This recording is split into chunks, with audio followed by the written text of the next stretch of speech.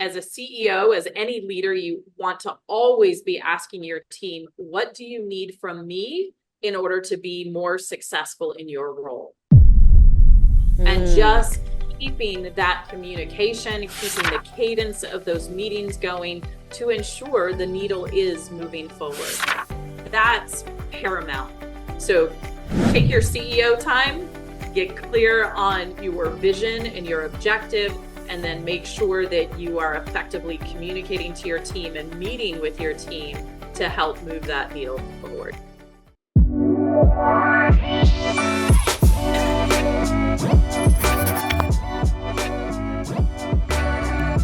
Welcome to today's episode of Influence by Design. I'm your host, Samantha Riley, and I'm here today with Dana Earhart, and we're going to talk about the bottlenecks that keep people stuck. So welcome to the show, Dana. It's great to have you here. Thank you. It's my pleasure and my honor to be here. Now, we had a really great conversation before we started recording, and I think that this is really what I want to deep dive into. We're talking about the bottlenecks, but bottlenecks for a six-figure business owner and bottlenecks for a seven-figure business owner are slightly different, and a lot of people don't talk about this. So we're going to go into really get into the nitty-gritty of the nuances today so that people can really start to think, this is where I'm at, and not get caught up with the noise. Because even understanding a bottleneck can be a bottleneck in itself if you don't exactly know where to go, right? Absolutely. Absolutely. So why don't you start off by sharing a little bit about the kind of people you work with and who you serve, because I think that will give a little bit of context to today's conversation. Sure. I really focus on working with service-based business owners. And I have worked with a number of them that are in the mid to six-figure range, working and growing to that seven-figure mark. And I also have worked with a number of clients now on the other side of seven figures, meaning they've made it to that first million. Now they're working on the second, the third, the fourth million.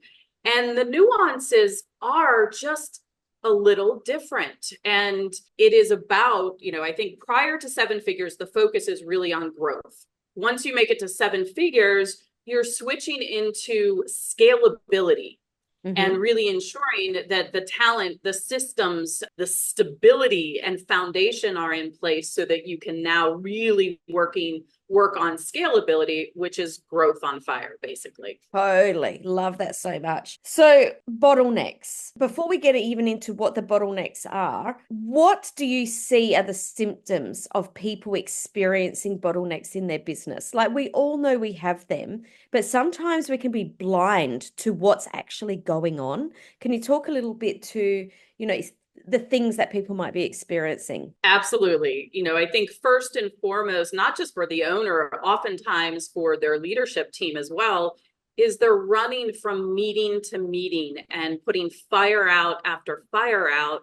And there's very limited, if any, time for the vision, for the strategic planning, for really being intentional. And they end up focusing more on what is most urgent versus what's most important to really be moving that needle towards the goals or the KPIs that they're out to achieve. I think it's also, speaking of KPIs, it's sometimes they're not even sure, they're not tracking. They don't know baseline numbers. And without baseline numbers, how do you set effective KPIs and realistic KPIs? I think one of the other bottlenecks is communication. And oftentimes, the leadership team, the team in general, doesn't really know the vision of the organization, the vision of the CEO. They're so focused on their piece of the puzzle, they're not grasping how that piece of the puzzle really makes the entire picture. I think another symptom is working more than 40 hours. I recently saw a statistic that 19% of business owners, small business owners, of which there's 33 million of them, 19% are working on average 60 hours a week. That over a collective year is over 1,000 extra hours in the business, which means that's 1,000 hours they're not spending with their family, they're not spending with their friends, their loved ones, their hobbies, their vacations. And then the symptom is they're exhausted. They start getting sick more often. They're Mm-hmm. not able to work at full capacity, and they're really starting to feel burned out. And there's Mm, some business owners who are also starting to question, can I do this? yeah. And Where that's do what I I go was from going to here? say. I'm seeing a lot of people sort of saying, is it worth it? Like, we gave up our job to have more freedom, to have more income, and all of a sudden, we're actually living this thing. There is nothing else. I've seen it so much over the years, and I've been there myself at some points. Let's start off with the number one, or you've got five bottlenecks. Are they in any particular order? No, they're not in any particular order. So no, they're not. How would you like to start? All right. Well, you give us one that is near and dear to your heart. Near and dear. I think I'm going to jump to the number one bottleneck.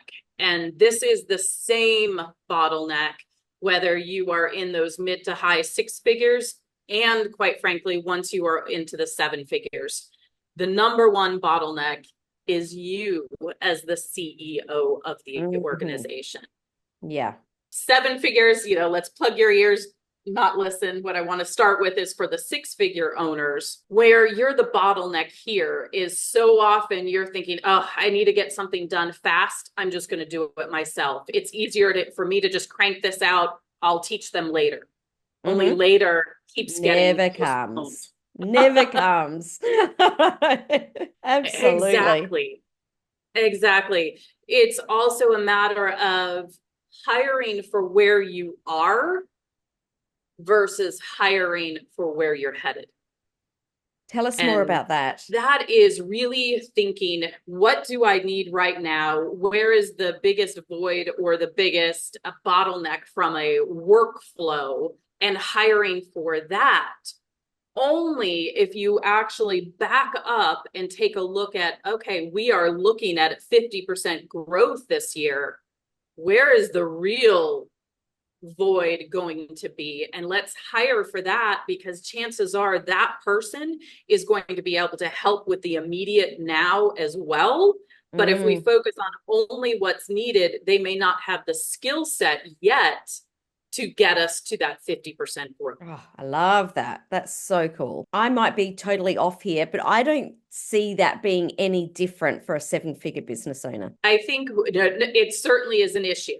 It absolutely is an issue. What starts happening, though, over seven figures is as you're building your leadership team, oftentimes you are actually empowering that leadership team to be the first line of putting the want ad out, the job description, the first, the phone interview, the in-person interview. You typically aren't bringing the CEO in for those first few steps.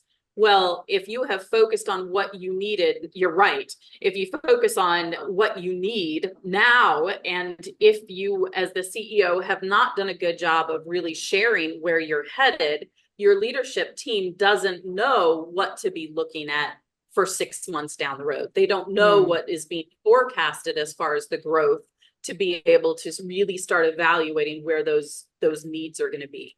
Mm. How much of that information, I'm talking the forecasting, the numbers, like really getting into the nitty-gritty data, how much of that should we be sharing with our team? Every owner is going to handle that a little bit differently. And I think it also depends on the size of the team. I have some at seven figures and they're still a team of five. I have some seven, they just hit 1.6. Their goal is 3 million this year. Their business model is much different and they have 27 staff members. Hmm. And so the answer would be different based on the size. I think your leadership team, if you are truly leaning on them for the growth, you want to be as transparent as possible, because this is also part of their business growth and development, so that they will continue to grow in the direction of your vision. If you start limiting them to what they know, you're limiting their ability to lead you where your vision is. Mm. I love that. I love that because I think that this is something, and the reason I ask that is because when I think back over the years, this has always been something that's come up for me. And what I noticed is that different team members like to have different amounts of information as well. So if I Yep. think back to one of my first businesses, I was super transparent and all of our numbers were up, actually on the back of the door in the office so that people could watch them and they were tracked every week. And when I think back, most of our staff loved that. But I remember there was one staff member that actually, when she saw those numbers, she was like, it came from a negative place of, wow, those numbers are so big. Like, there was this negative connotation to it. Thinking Yep. back, she was actually never a fit for our business.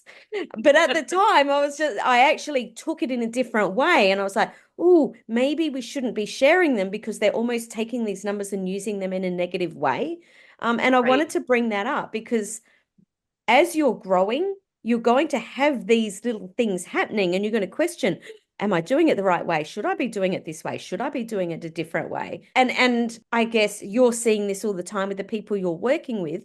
How do you help your clients to navigate those conversations and to really understand what's right for them and how to know that they've got the right fit in their team? Does that make sense? Yep. Absolutely. Absolutely. And it's a great question. I think number one, the moment a situation like that happens, it is showing you a door that is wide open for you as a leader to walk through to engage in conversation and simply be asking, oh, well, why do you feel like that's so big? And really see where they're coming from so that you can also be evaluating if this is an opportunity to help them understand the business vision. Is it a mindset issue? Is it a right fit scenario? Just this morning, I had a conversation with a client on really having consistent conversations with our team to know what is each team member's 3-year and 5-year vision. And I'm not saying you have an hour-long conversation about it every week. However, certainly at a minimum, at least once a year when you're talking about their performance, be hearing from them. Where do they see themselves in the future? Have they identified where they would like to grow in the business? That really helps you be a stronger leader because you know who's looking at growth within and who may be starting to look at growth outside. Neither Mm-hmm. is good or bad. It's really about just good communication so that you can plan accordingly. And I also think that really bodes well for a good, solid relationship with your team when you're showing that you actually care, that you're asking those types of questions. With team comes a cost or an investment. There's a Yep. financial, I can't think of a word, thing that Yep. you that comes up. And I know that it can be scary to take on team, no matter where you're at, whether it's low six figures, mid, 7, 8, 9, we're always hiring for a certain level, and that comes with Yep. a financial cost. What are some of the mindset issues or some of the ways that we can change our thinking or even like really get into the nitty gritty of how can we change our business to ensure that we have the money there to pay for these team members? Because I've never ever, no matter what level, met a team member, met a business owner that's not afraid of taking on a team member at whatever level, because there's that weekly cost that we know Yep. that we have to have covered and in the bank. And it isn't Yep. just a low six-figure question, Like I said, Correct. I've 8 and 9 figure business owners that still think exactly the same. So, Yep. what are some of the things that we can lean into to help us understand and put in place in our business so that we can make sure that those finances are covered? Yep. No, it's a great question, and you're absolutely right. No matter what level you are, there's always that concern of payroll or with independent contractors, still ensuring that that money is there and allocated for the support. I'm reading the book, How to Buy Your Time Back, which Oh, is an such a good. excellent, Yeah. excellent read. But it really starts with numbers. It starts with knowing your numbers. It starts with knowing when you're a small team as the owner, knowing what your value is. What is your rate? And certainly, the obvious is if I'm the owner, the first place to be hiring somebody for is administrative support.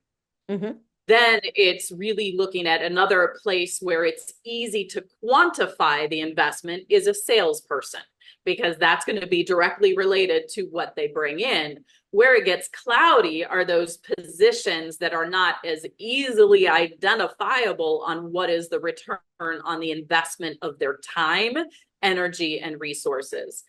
And I think, so knowing your numbers, it's also one template that I use with all clients. It's called an inventory task and responsibility list, where, when we know that they're looking at growing in a second location, they're looking to franchise, we're doing a real strong, deep evaluation of where is each team member's time being spent, what area of business, how much time weekly, monthly, quarterly, annually is being spent on it, and what are the top 3 skill sets of that particular task or responsibility? Because as we look to grow, it may not be just duplicating or cloning one person. It may be looking at 3 of your team members and realize that they have a similar skill set and task, each of them, that if we invested in one new person, we could alleviate those hours and they can go do more of what they specialize in. And so I think it's also about getting really clear on where are your team members' strengths, where do they excel, and one question that I think often gets missed is what do they enjoy doing the most? Because what you don't want to do is misalign, and just because it's their strongest area, it may be the part of their job they like the least. And that is crucial to know sooner versus later. I love that so much. That's a question that we ask in our team members' reviews is what do they enjoy the most? Because it is very easy over a year for things to go off by 0.01%. And then all of a sudden they're like right off. I'd love to add another question that we add on to that is there an area that you would like to learn more about? And that has actually opened up a huge opportunity in our team. And I'm thinking of one team member in particular who's actually not doing anything that she was originally employed for. And because there was so she was good at something, but because she shared she had an interest in another area and it's where we had a gap, she has filled that. And with so much passion and so much, she learns so much about this new area because she wants to be good at it. It blows us away that if we hadn't asked that question, we would never have been lucky enough to have her in that position. So I love that so much. Yeah. That is a great, great question. And so often I think that also helps you really identify who some of your core, most loyal team members are, and the ones that you can lean on to help not just get work done, but to build culture, to help other team members who may be struggling, whether it's with the responsibilities, whether it's with culture or just fitting in. It highlights who are your go-to team members that you can really empower to blend and connect better with the other team members. Yeah, love that. I'm guessing, and correct me if I'm wrong, that you blended or we've started to transition into one of the next bottlenecks because you mentioned KPIs. Yes. Let's go there. KPIs is a topic that most people think is unsexy, and I think is super sexy. I'd love you to share. It is. And, I am fascinated with several clients who have come to me recently who are incredibly successful. One has, I won't say she's completely removed herself from the day-to-day operations, although she's probably 95% removed from the day-to-day operations. And yes, they are successful in all rights. Yet when it came to tracking numbers, there's not a lot of tracking that's being reviewed, evaluated, and used for forecasting outside of bottom line revenue, or top line revenue, I should say. And that's where I believe there's a real opportunity to be diving in. Every single department, every single team leader absolutely should have at least one KPI that they very much understand, that they know where they started, and they know what they are being tasked with achieving. Mm-hmm. And then the key is to make sure that you're actually checking in on that on a consistent basis. And sometimes monthly is fine. And I'm a big proponent of, how about every other week? So that you know before, or even weekly, before you get to the end of the month, you want to know where you stand. So why not check mid-month so that you have those 2 weeks to tweak things as necessary to ensure that you're hitting that end of month KPI. Yeah, because if you track monthly, it's very easy to go off track for a whole month.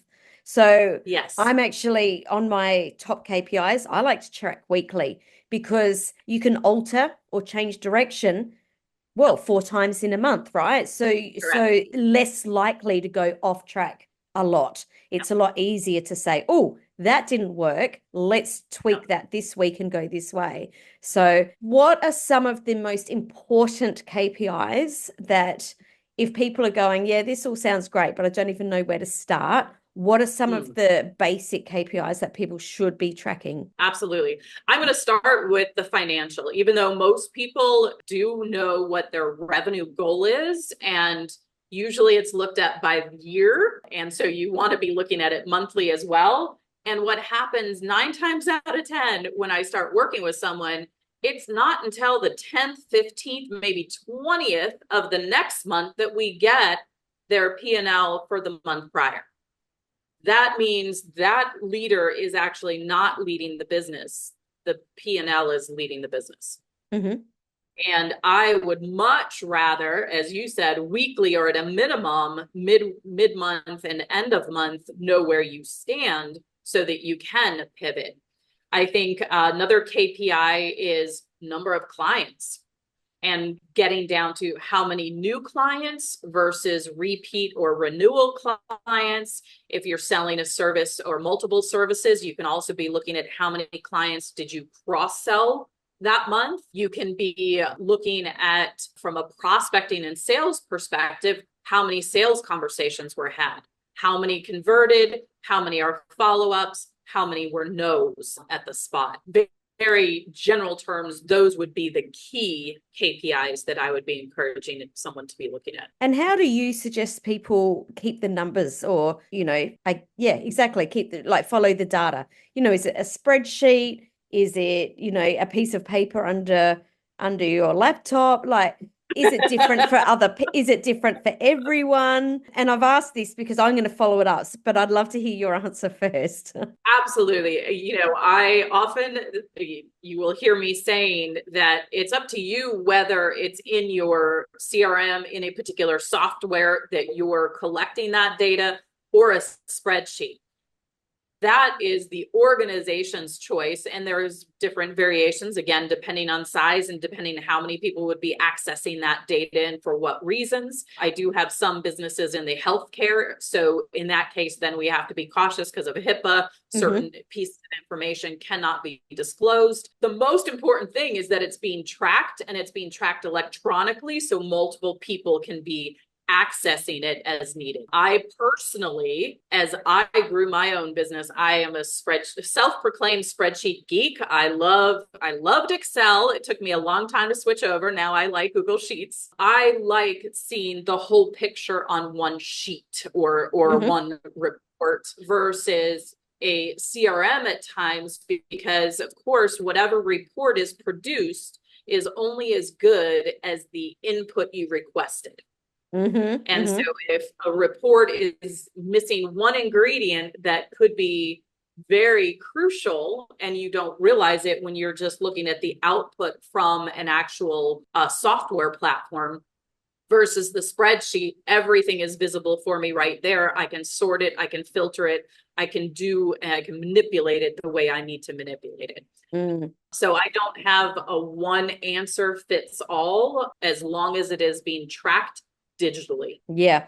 And the digital piece is so important because most of us have teams that are, I was going to say virtual. They're not virtual. They're working remotely is what I mean. Yep. So everyone needs to be able to see it. I'm very, very lucky that I have a business partner that's also my husband, that when I say, hey, can you build me this so that I've got, that I be able to collate all of this information. So we use Google Sheets as well. And I love it that all the sheets are collated on the front sheet. Took him ages. Tip, he got all of the equation. Is equation the right word? Formulas. He got all the formulas on ChatGPT. So there's a little tip for you.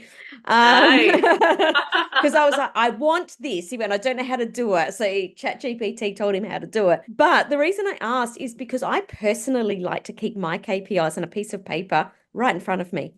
Because I feel that we definitely need the electronic so that all of our team can see it, but sometimes it can be hidden. And what I mean by that is I'm sitting here talking to you right now. If I've got a little post-it note here that says I haven't done my number of reach outs, or if I haven't done whatever it is, it's there right in front of me. I can't just shut a tab and pretend it doesn't happen. So Correct. I personally love manual as well. So yeah, I was just interested to hear what you said on that, because I think that a lot of people have that same thought that it's hidden away somewhere on their computer. They need to specifically open it. But when you've got a fluoro yellow something staring at you in the face, I've got to do that. Absolutely. And I think what you're sharing, though, is also almost two different perspectives. Your personal KPIs, mine as well, I have them in multiple places. There have been seasons where you might walk into my bathroom and I will have certain things taped to the mirror, just because I want that daily reminder of this is what you said you were willing to do in order to achieve what you said you wanted. Then when it comes to the reports and being able to analyze the collective data, that's when I definitely encourage the data. And so I just want to say, I totally agree with you. There are a time and a place for it to not be digital. Just like, I'm going to age myself, but for 20 years, I was in corporate consulting, and we'd have our quarterly meetings, strategic planning, and it would be put in a binder and it would sit on our shelves until a week before the next quarterly meeting. And we'd be pulling it up to update the reports. We don't want that. Not with what we're building in our businesses at this point. 100%. All right, let's move to another bottleneck. Another bottleneck, I think, is really, and we partially touched on this one, and it's cash flow. I think cash flow almost goes hand in hand with the KPIs, but it's not just having a P&L, having a balance sheet. It's understanding the numbers, and it's also being able to ensure that you have forecasted out several months, because we want every business to be gearing or moving towards stability, especially, you're growing. When you often hit the 7 million mark, or the 1 million mark, the 7-figure, you want to stabilize while you start scaling. And there's other plateaus at the 500,000 mark, at the 3/4 mark, at the 1 million mark. And so it's about ensuring that you are not just tracking and managing the money, it's that you understand the cash flow and that you're looking out further than just the next payroll, that you're really forecasting out several months so that you can get yourself off the cash flow roller coaster and you can start reducing that payroll stress that hits every couple of weeks as well. So I think, knowing your expenses, evaluating your expenses, that's one of the first things I start doing with clients as well, is I will start looking for where are there jumps in the expenses, because I think so often there's the focus on, well, just get more sales.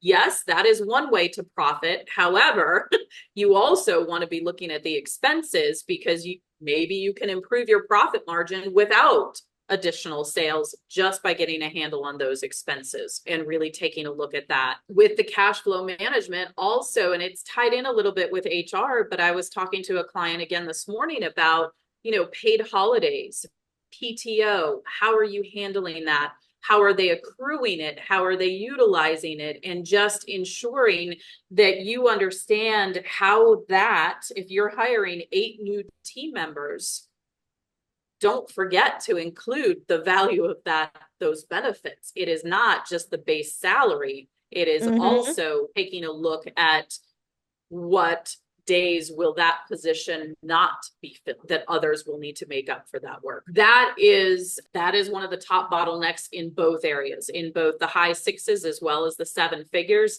It just becomes, I'd say, even more crucial as you grow. Oftentimes people think it might be less, like, oh, there's more money coming in, we're good. Typically, if more money is coming in, you also have more expenses and a higher payroll included. 100%. And you want to keep your finger on that pulse. I remember in my first business, we were at the time, we would have been in the 6 figures, I think probably the high 6 figures. And we took one of our suppliers out for dinner. It was one of our top suppliers, and they had helped us to grow to where we were. And it was just, we wanted to go out. I remember saying to her, like, Julie, like, I can't wait till we're in your position. They were in the multi 8 figures. Can't wait till we're in your position and all of my problems that I'm currently experiencing will be over. And she went, oh, dear Sam, have I got a story for you?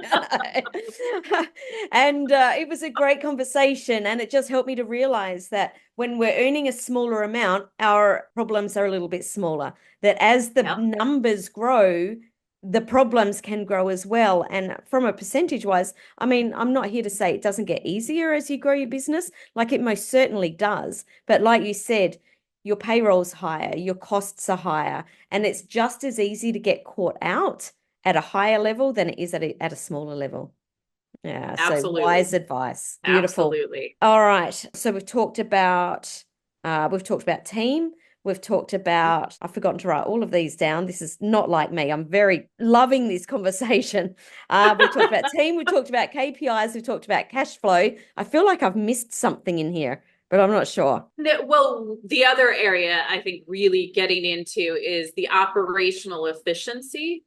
And again, this is another one that you have one focus in those top 6 where you realize, like, as you had one person doing this, another person doing this, that you want to start systematizing and ensuring that things are getting documented. I think that the documentation is the main focus when you're in the mid 6 figures. Then it's about ensuring that the team is utilizing what's been documented.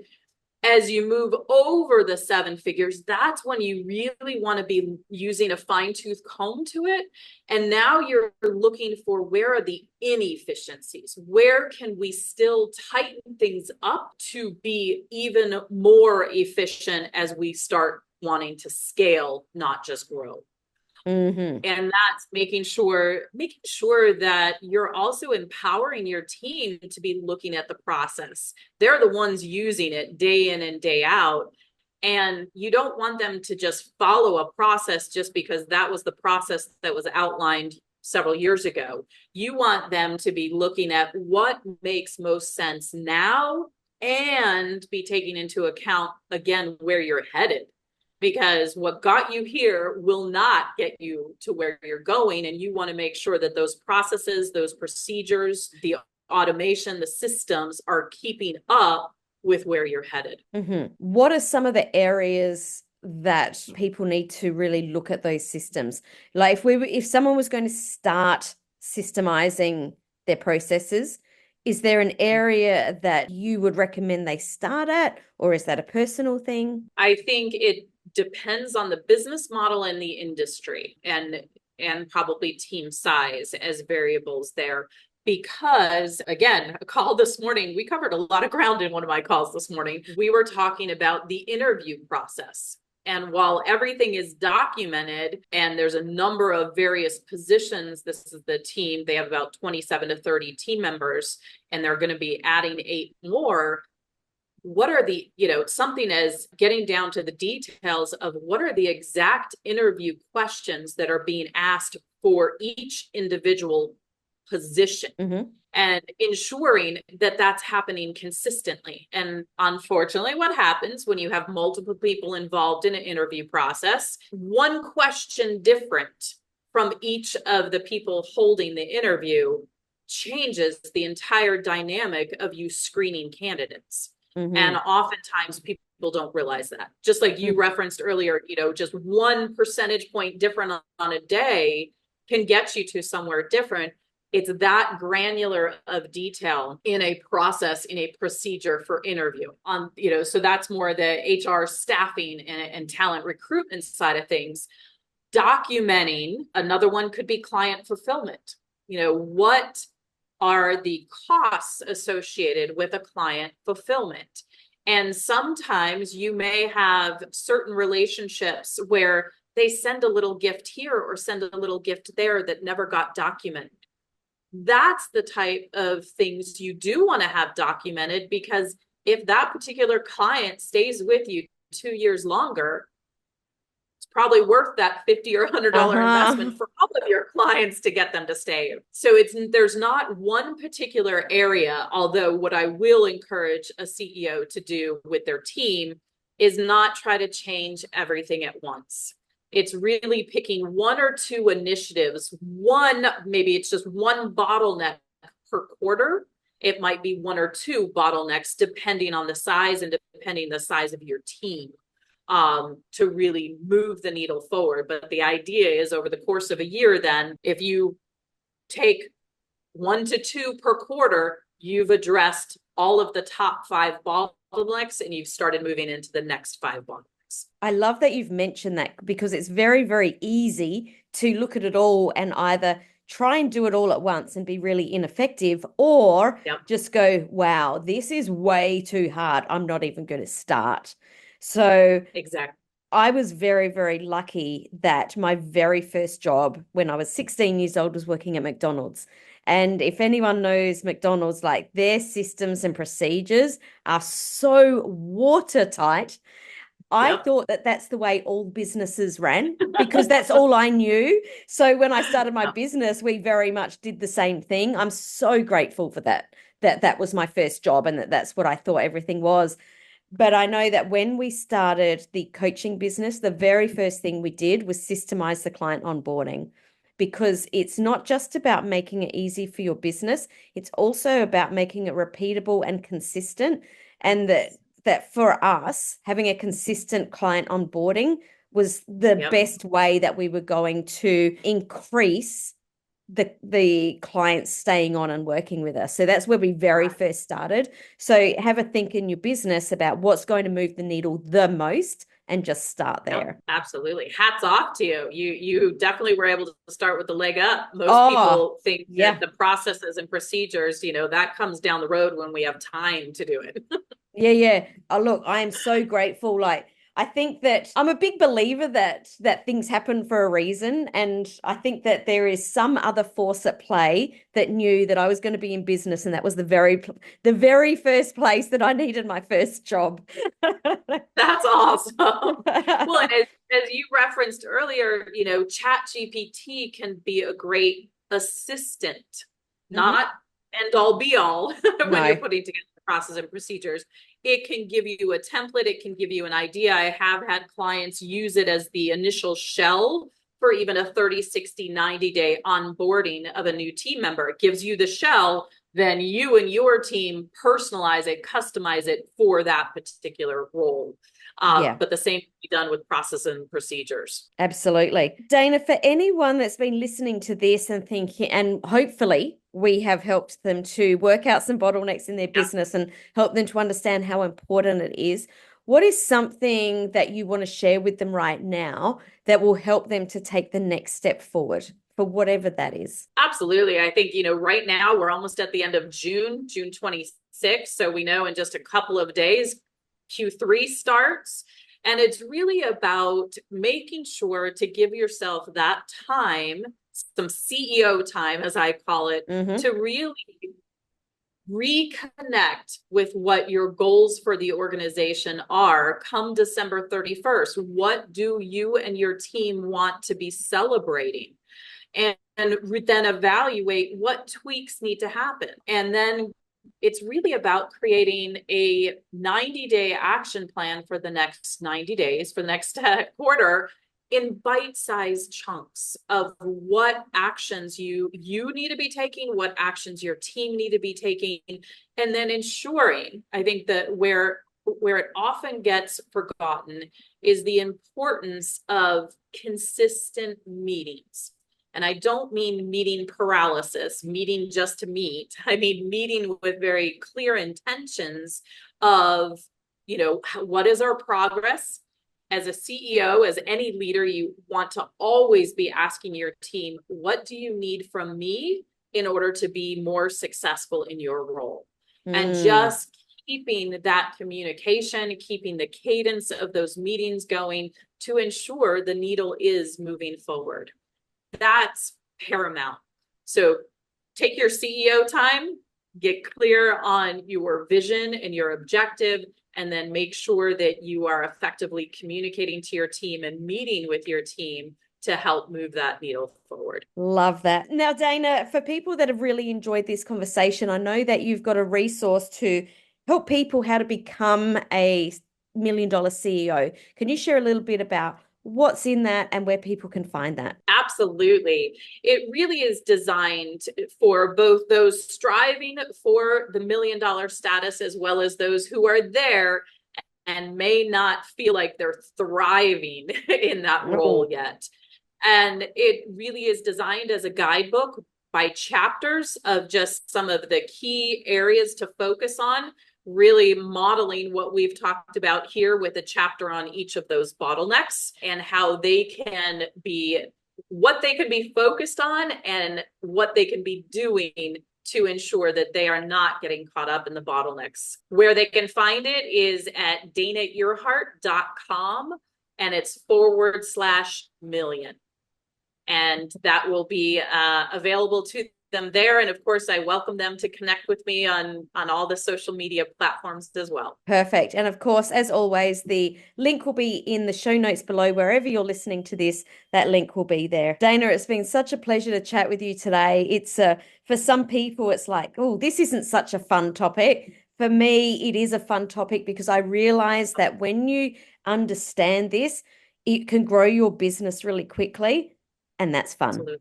So it's just about Absolutely. changing the conversation. So thank you so much for coming and sharing this with us today. Thank you so much for having me. It was my pleasure. And I certainly hope your listeners got at least one golden nugget that they can immediately be implementing. Thanks so much.